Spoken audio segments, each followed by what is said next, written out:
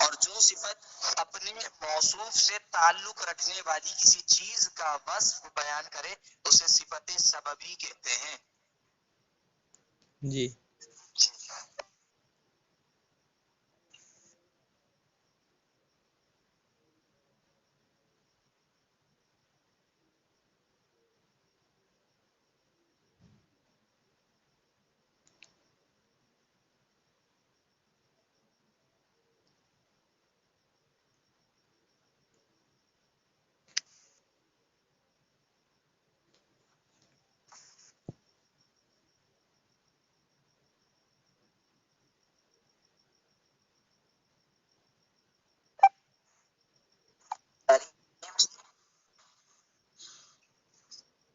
میری آواز ہے جی ٹھیک ہے.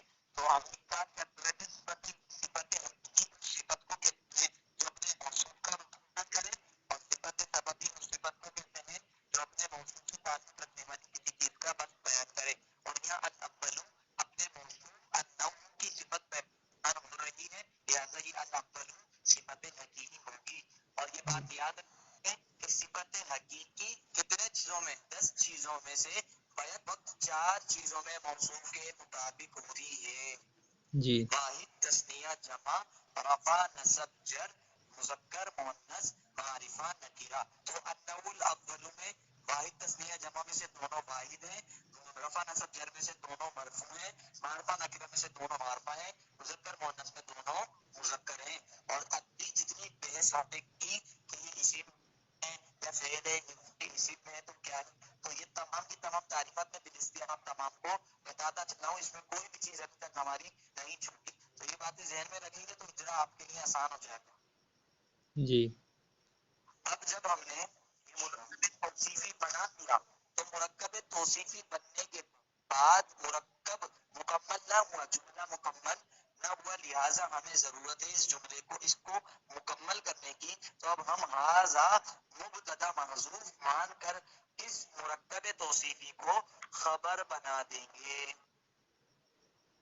جی ھذا مبتدا اپنے مرکب توصیفی خبر سے کر خدا اسمیہ خبریہ ہو جائے گا. ابھی میں ابتدا میں آپ کو جو بات بتا رہا ہوں کہ یہ مرکب مل کر خبر بن رہا ہے, یہ ہے ابتدائی طلبہ کے اعتبار سے.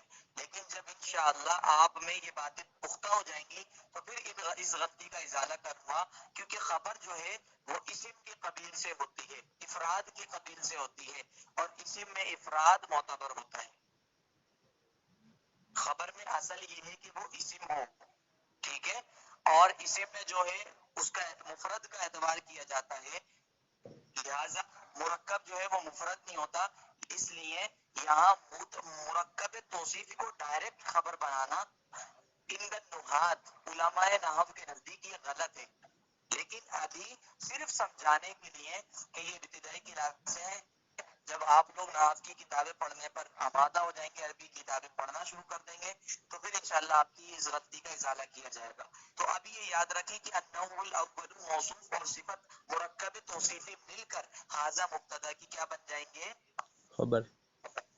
مبتدا خبر مل کر کیا بن جائیں گے, جملہ اسمیہ خبریہ. اب ہم چلتے ہیں حروف تجر الاسم فقط, حروف تجر الاسم فقط. اب دیکھیں حروف آپ کے سامنے آیا, سوال سب سے پہلے میں کروں گا, مفرد ہے مرکب ہے, مفرد ہے. دوسرا سوال یہ ہوگا اسی میں فعل حرف ہے, اسم ہے, تو اسم کی کون سی قسم ہے, معرفہ ہے نکرہ ہے, نکرہ. نکرہ ہے. واحد تثنیہ ہے جمع ہے, جمع. واحد جمع. جمع. جمع کی پھر دو قسمیں ہوتی ہیں, جمع کی دو قسمیں ہوتی ہیں, جی جمع سالم, جمع مکسر. جمع تکسیر. یہ کون سی ہے, جمع تکسیر مکسر. جمع تکسیر کی بھی دو قسمیں ہوتی ہیں, جمع قلت جمع کثرت. یہ کون سی ہے, قلت. کثرت، زبردست. قلت کے 4 اوزان ہیں، یہ یاد رکھیے گا. قلت کے کتنے اوزان ہیں؟ 4. جی خلاصۃ النحو میں انشاءاللہ قریب ہم انہیں پڑھیں گے. قلت کے 4 اوزان ہیں، افعال، افعیلہ، فعلۃ، افعل. افعال بر وزن اقلام.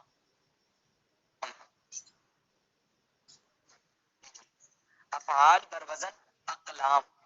افعیلہ بر وزن السنہ. افعل بر وزن السنن. اسی طرح بھی میں نے ایک اور بتایا، افعال، افعیلہ، افعل، فعلۃ، فعلۃ. جیسے غلمۃ. جی. تو یہ 4 اوزان ہیں جمع. جی 10 سے کم رہا.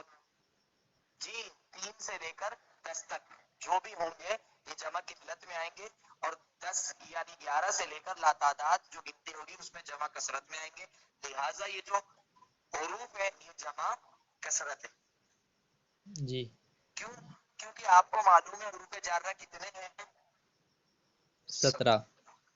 تو وہ 17 بتائیں، جمع قلت میں آئیں گے جمع کثرت میں آئیں گے؟ 10 سے اوپر ہے تو جمع کثرت میں آئیں گے بدیہی سی طور پر. جی. تو لہٰذا اس کے لیے لفظ بھی آپ یہ غور کریں. اگر آپ لفظوں میں بھی غور کریں گے نا تو اس میں بھی نحو جھلک رہی ہے. نحویین نے جب بات شروع کی تو پھر ان میں بھی اپنی نحو جھلکائی.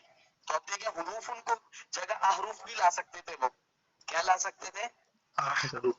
احرف بھی لا سکتے تھے افعول کے وزن پر، لیکن ان کو معلوم تھا کہ میں جو لفظ یوز کر رہا ہوں وہ تو خود 17 ہے اور میں جمع قلت لے آؤں تو یہ کلام کے منافی بات ہو جائے گی. یعنی دلالت النص سے بھی ثابت انہوں نے کر دیا حروف. دلالت النص سے بھی یہ ثابت ہو گیا کہ حروف جارہ 10 سے زیادہ ہیں. جی. سمجھ رہے میری بات کو؟ جی. تھوڑی تھوڑی باریک لگیں گی لیکن انشاءاللہ وقت پر سمجھ آ جائیں گی. تو حروف جو ہے یہ جمع کثرت ہے. جمع کثرت کے بہت سارے اوزان ہیں، اس میں سے ایک ہے فعول ان کے وزن پر. جی.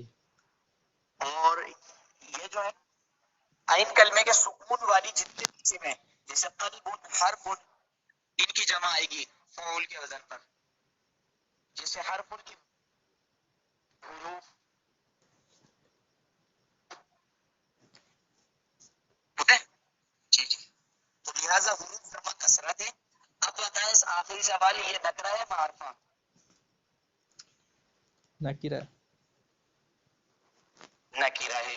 اب ایک قاعدہ یاد رکھیے، ہم نے یہ پڑھا یہ جمع ہے نا، اور جمع کی کون سی قسم ہے؟ جمع کثرت. تکسیر میں جمع کثرت ہے. اور یہ بات یاد رکھیں کہ جمع قلت ہے، جمع کثرت میں ہے. جمع تکسیر جو ہے یہ واحد مؤنث کے حکم میں ہوتی ہے. جمع مکسر کس کے حکم میں ہوتی ہے؟ واحد مؤنث.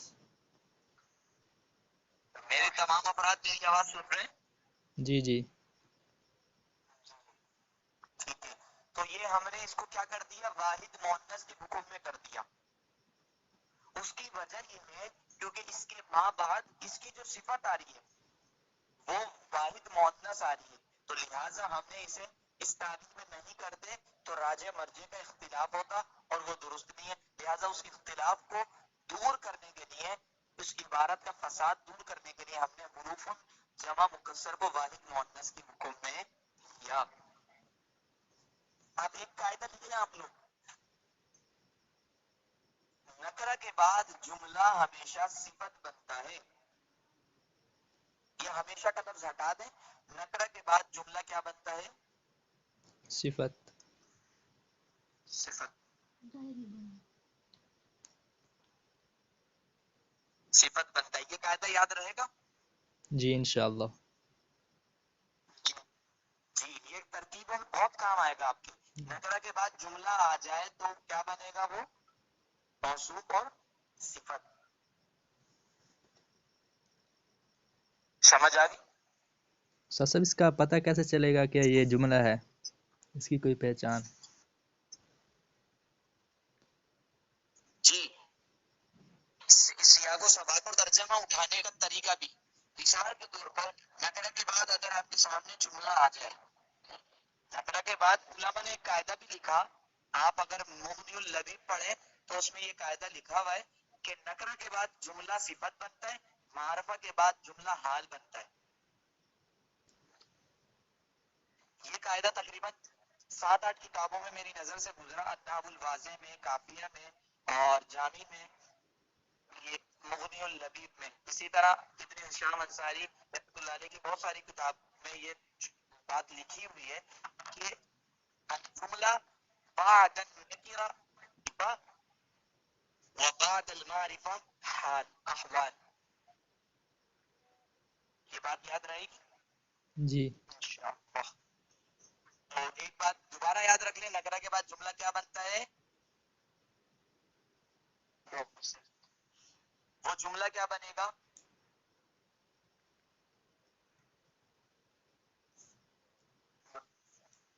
صفت. وہ جملہ موصوف نکرہ کی کیا بنے گا؟ صفت بنے گا. جی. اب دیکھیں ترکیب کرتے ہوئے کبھی بھی فوراً کلام نہیں جوڑا جاتا، پہلے کھولا جاتا ہے، پہلے اس کو بالکل کھول دیا جاتا ہے، اس کی ہر چیز کو. جیسے مثال کے طور پر آپ کے سامنے ایک رپورٹ ہے، اب آپ اسے چیک کر رہے ہیں اس میں کیسے بنا، تو پہلے آپ اس کا ہاتھ توڑیں گے، اس کو چیک کریں گے یہ یہاں سے نکلا، پھر اس کی آنکھ دیکھیں گے، پھر اس کا سر کھولیں گے، پھر اس کی ٹانگیں کھولیں گے، پھر اس کا پیٹ کھولیں گے، اس کی مشینیں چیک کریں گے. تو پہلے ہم نے ترکیب کرتے ہوئے یا عبارت کو جب سمجھنا ہے تو پہلے اس کو کھولنا ہے پھر جوڑنا ہے.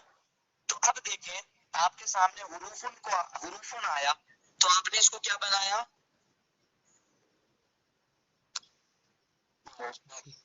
لہٰذا اب جو بھی آگے آئے گا وہ ڈائریکٹ صفت نہیں بنے گا، وہ جملہ ہے تو اس کی پوری ریکوائرمنٹ پوری کی جائے گی، اس کی جو بھی خواہش ہے، اس کی جو بھی مطالبات ہیں جملے کے پورے کیے جائیں گے، پھر اس کو کیا بنایا جائے گا؟ صفت بنایا جائے گا، ڈائریکٹ صفت نہیں بنائیں گے.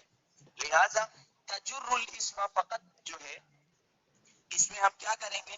ہم دیکھیں گے جرہ یجر، تجر یہ فعل مضاعف ہے. کون سا فعل ہے؟ فعل مضاعف.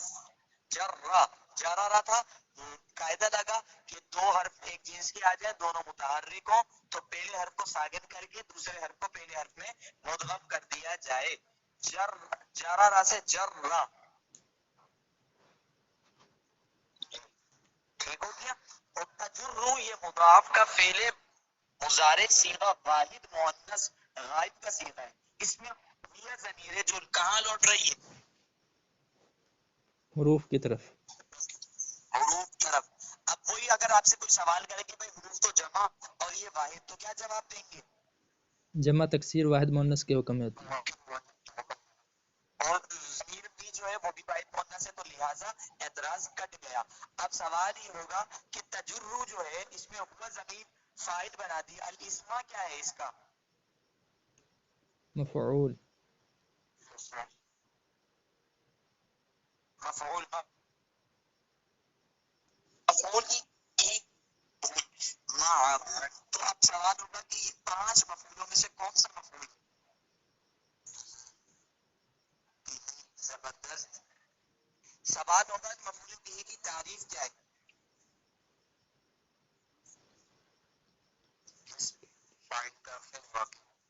ہاں، کل ما وقع فعل الفاعل، ہر وہ اسم جس پر فاعل کا فعل واقع ہے اسے کیا کہیں گے؟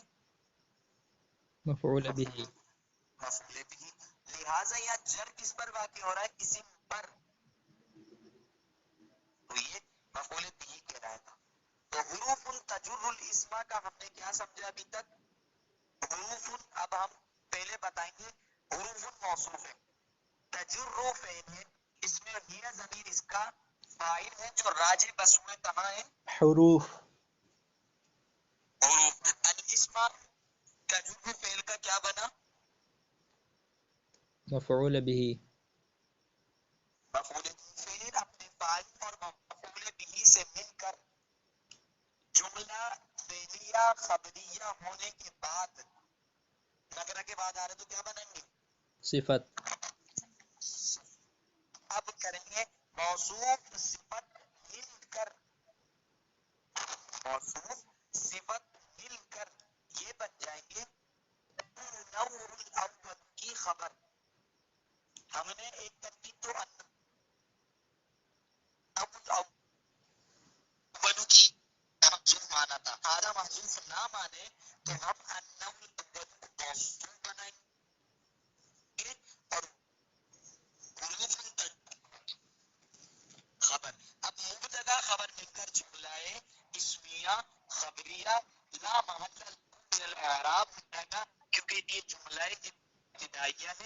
جملہ ابتدائیہ کا کوئی محل نہیں ہوتا. نہیں ہوتا. امید اتنی بات آپ کو سمجھ آئی؟ جی. یعنی محل کوئی نہیں ہوتا. اگر اس جگہ آپ اسم کو رکھیں تو اس پر کوئی اعراب نہیں آئے گا.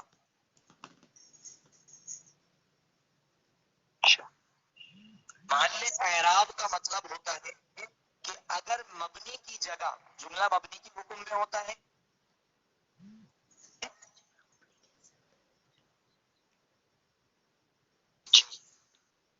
صاحب جملہ مبنی کیسے؟ رفع میں ہوتا تو وہ اس میں معرب. جی حضور. جملہ مبنی کیسے ہوتا ہے؟ مبنی کے حکم میں ہوتا ہے. مبنی ہوتا نہیں ہے, مبنی کے حکم میں ہوتا ہے. کیسے ہوتا ہے؟ کیونکہ یہ بظاہر جو ہے یہ جب جملہ بن جاتا ہے تو ایک حیت کیا ہوتی ہے اس کی. یہ اگر آپ اس کو جملے کو صفت بنانا چاہے تو یہ صفت بن جاتا ہے, خبر بنانا چاہے تو خبر بن جاتا ہے. جی. اس کا ہوتا ہے محلی اعراب ہوتا ہے, لیکن جملہ ابتدائیہ کا کوئی محل نہیں ہوتا. 8 جملے ایسے ہیں کہ جن کا کوئی محل اعراب نہیں ہوتا اور 7 جملے ہیں جن کا محل اعراب ہوتا ہے. وہ انشاءاللہ آگے چل کے پڑھیں گے. ابھی اتنی بات سمجھ آ گئی؟ جی. اب آپ لوگوں نے اس میں خوب محنت کرنی ہے. اگلے ہفتے ہم فقط اور وتسمى حروفا جارہ اس پر کریں گے. وہی 17 حرفن پر بھی بحث کریں گے. لیکن آپ نے حاشیے بھی پڑھنے ہیں, خوب محنت کرنی ہے. جیسے یہ فقط کا حاشیہ لکھا ہے, دیکھیں دکھ رہا ہے آپ کو؟ جی. اس میں لکھا ہے الفاظ فيه فصيحة وقد اسم فعل بمعنى انتهى والمعنى اذا جررت بهذه الحروف الاسم فانتهي ان اعمالها في غيره او فانتهي ان جعلها عاملة غير عمل الجر. آپ نے عبارتیں بھی پڑھنی ہیں, اس کو سمجھنا بھی ہے, اس پر اعراب لگا کر خود کوششیں بھی کرنی ہے. بس یہ کمر باندھ لیں کہ بس عربی کتابوں کو ہاتھ لگائیں گے. آپ کے حوالے سے اردو کتابیں صرف جو ہمارے اس میں چل رہی ہیں